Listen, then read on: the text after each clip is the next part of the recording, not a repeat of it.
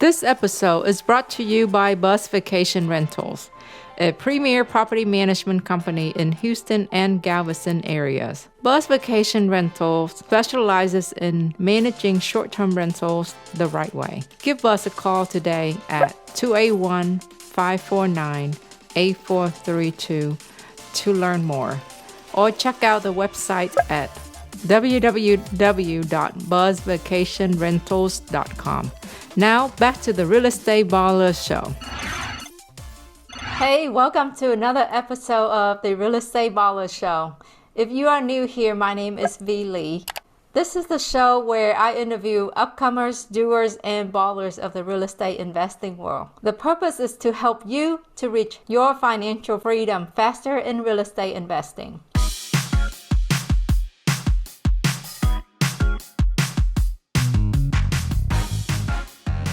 Hey Adam, how is it going?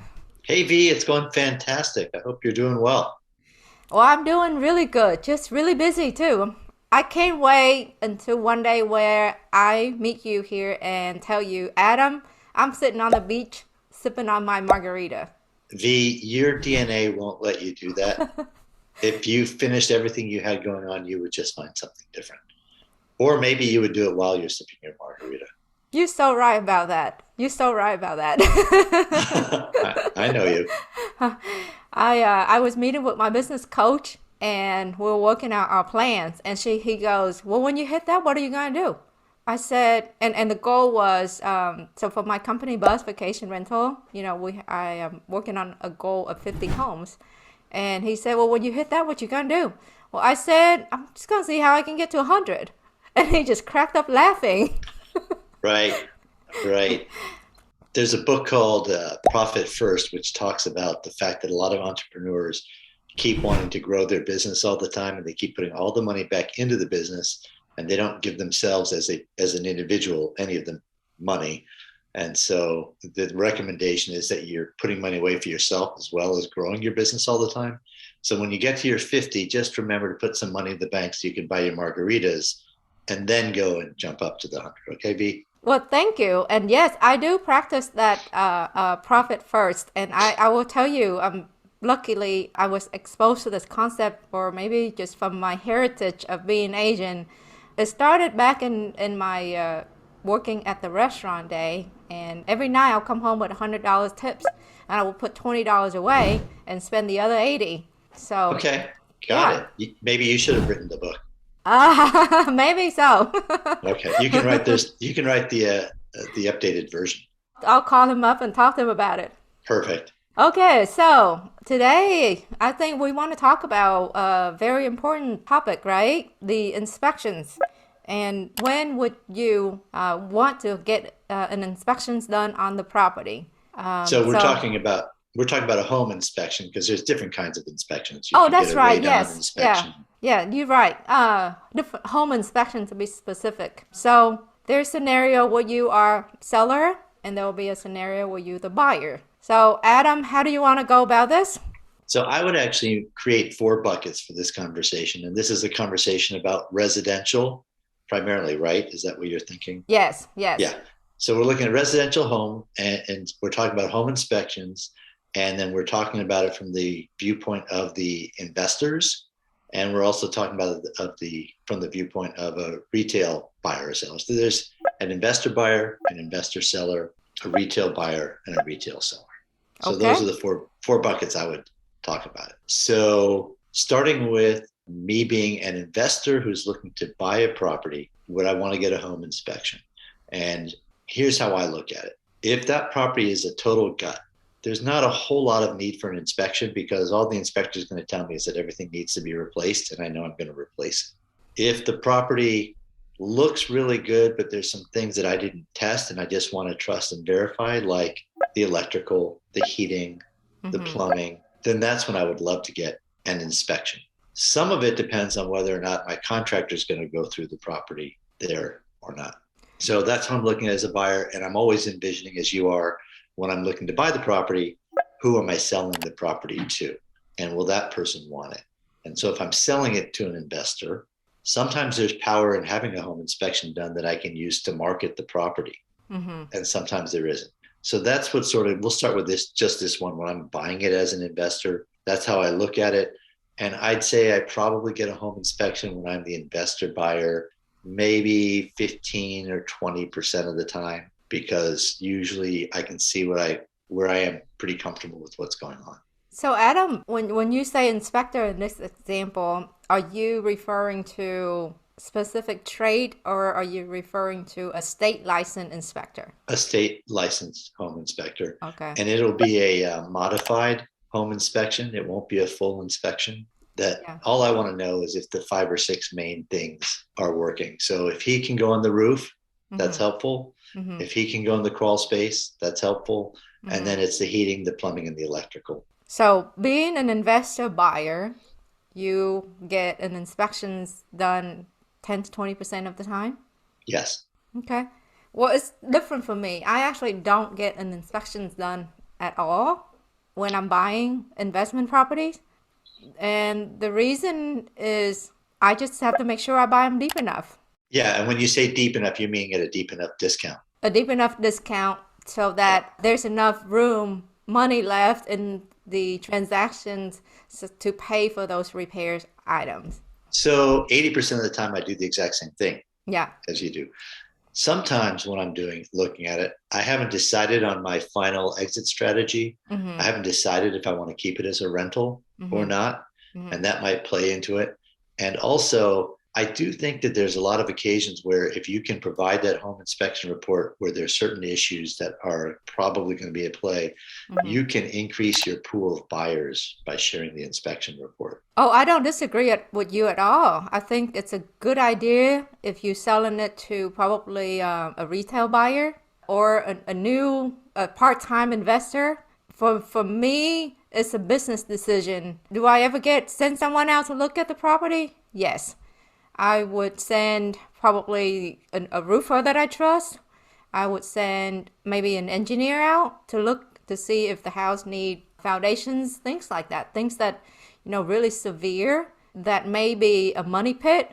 Then I would send a professional trade, licensed trade in that particular area out to inspect the property. But I have not used a state licensed certified inspector to inspect my single family home that I buy. Yeah, that totally makes sense. I get where you're coming from. Yeah. Now you flip the switch, right? Now you talk about being investor seller. Right. So when I'm the seller, if I would have gotten the inspection report when I went to buy it with the vision of me using it when I was selling it, if it was Mm-hmm. needed. Mm-hmm. And so then when I market the property, I'll market that the property needs work. And Mm-hmm. if they like, they can go ahead and get a copy of the inspection report. Mm-hmm.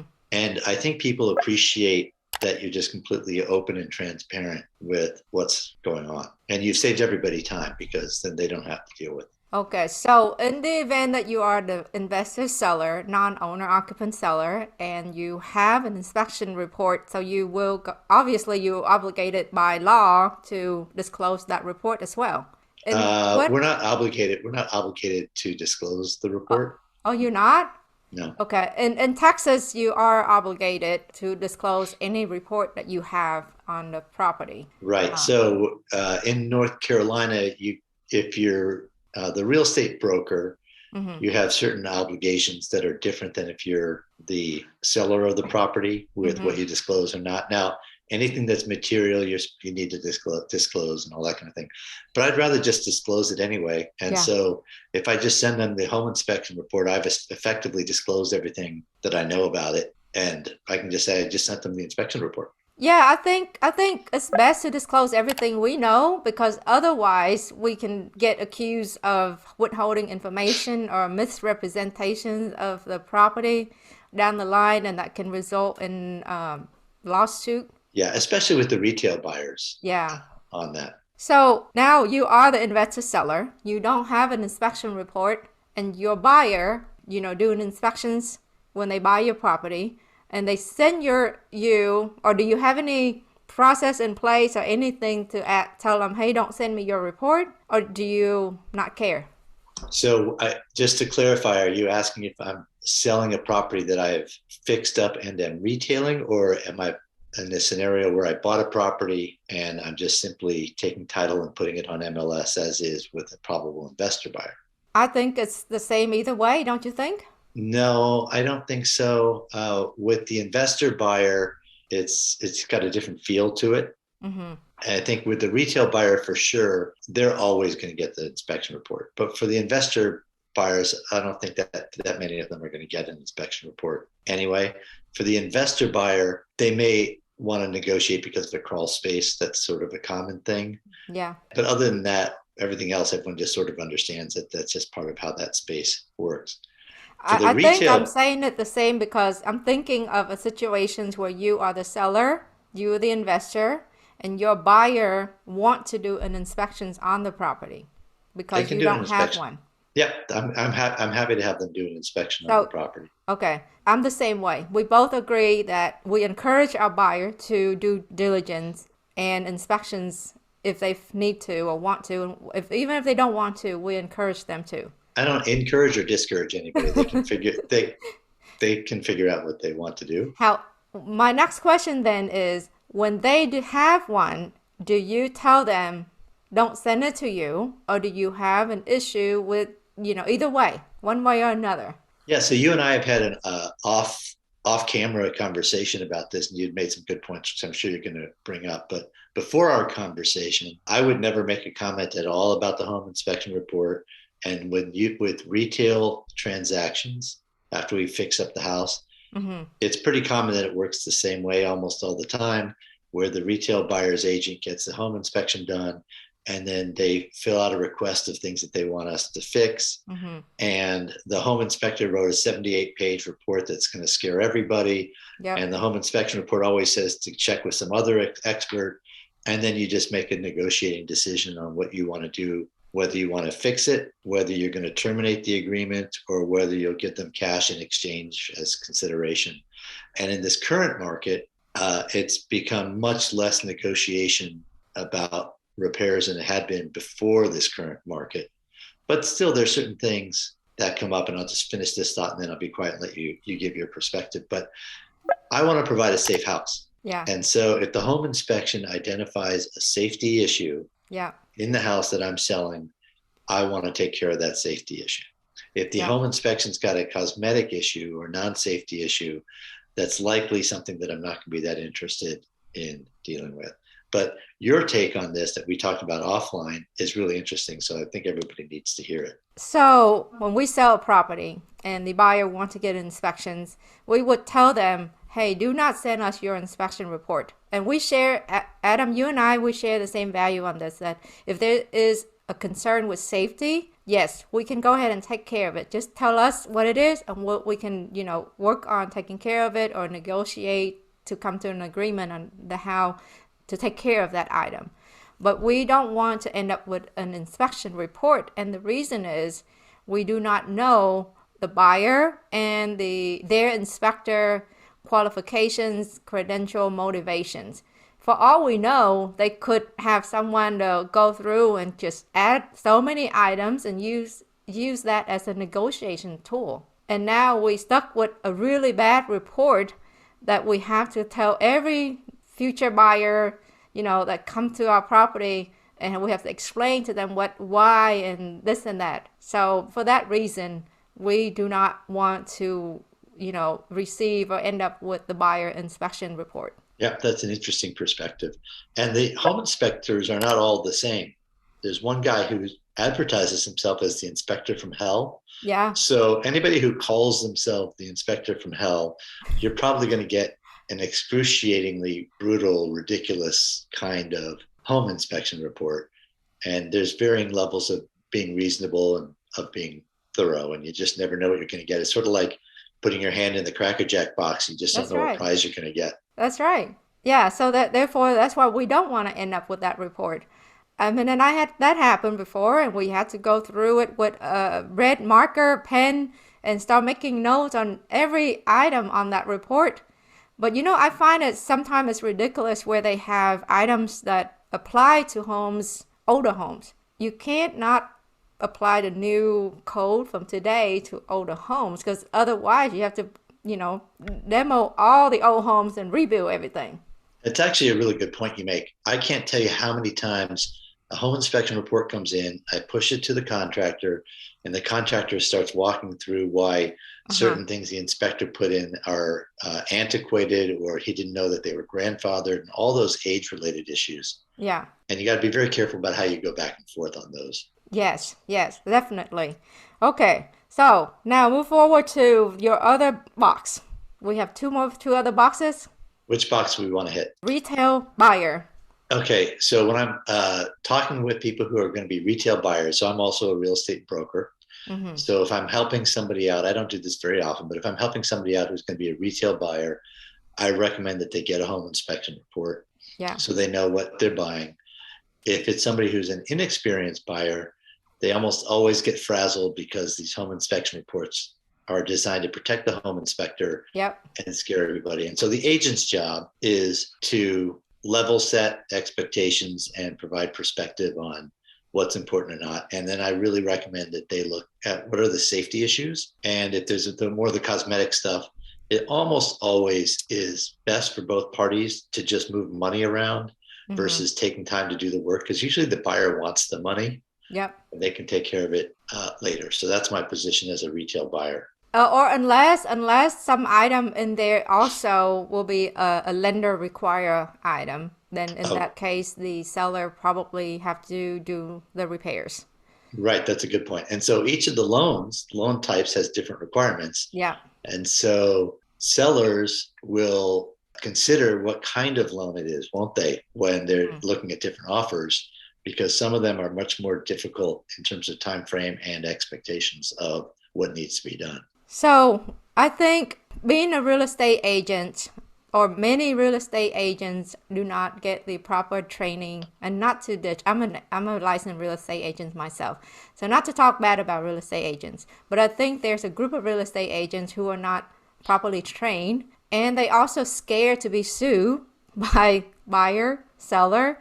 So therefore, they really put a lot of responsibility on the inspector or the clients to be knowledgeable themselves to make a decision.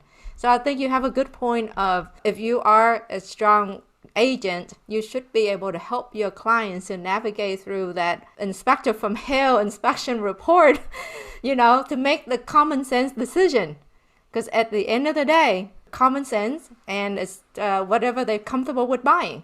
Right. There's some agents who are trying to make sure that they win and they win for their client. And there are other agents who recognize that the win is really making sure the transaction closes and that you're Yeah. trying to get the most important thing for the buyer is they've got a place to live. Yep, that's right. So all the other stuff is small potato. So that we cover everything we need on the inspection? Yes, we did. All right. Well, thank you so much. Thanks for watching the Real Estate Baller Show today. If you found value in this show, please hit that like and subscribe button now. Help us get the words out by sharing this episode with a friend or give us a shout out on social media using the hashtag REBallers. Thank you so much and see you next time.